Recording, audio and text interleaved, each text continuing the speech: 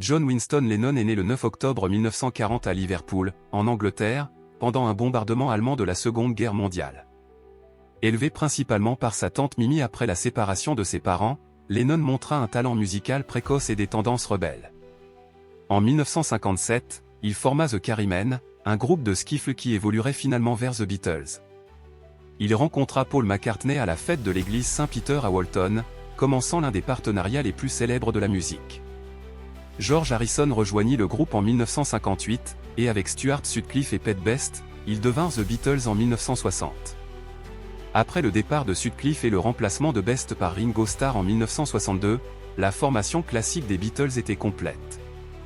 The Beatles connurent un succès mondial sans précédent de 1963 à 1970, révolutionnant la musique populaire et la culture jeune.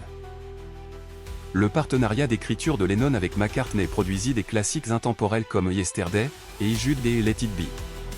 Ses chansons plus expérimentales et introspectives incluaient Strawberry Fields Forever, A Day in the Life et Tomorrow Never Knows. En 1966, son commentaire que The Beatles étaient plus populaires que Jésus provoqua une controverse internationale et des protestations. Il épousa l'artiste Yoko Ono en 1969, une relation qui influença significativement sa musique et son activisme ultérieur.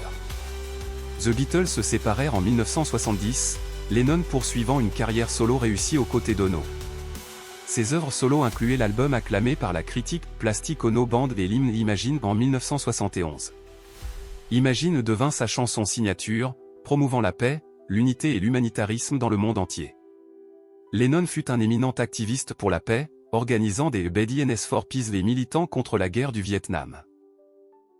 Après une pause de 5 ans pour élever son fils Sean, il revint à la musique avec l'album Double Fantasy en 1980. Tragiquement, il fut assassiné par Mark David Chapman devant son appartement new-yorkais le 8 décembre 1980. Sa mort choqua le monde, cimentant son héritage comme génie musical, défenseur de la paix et icône culturelle.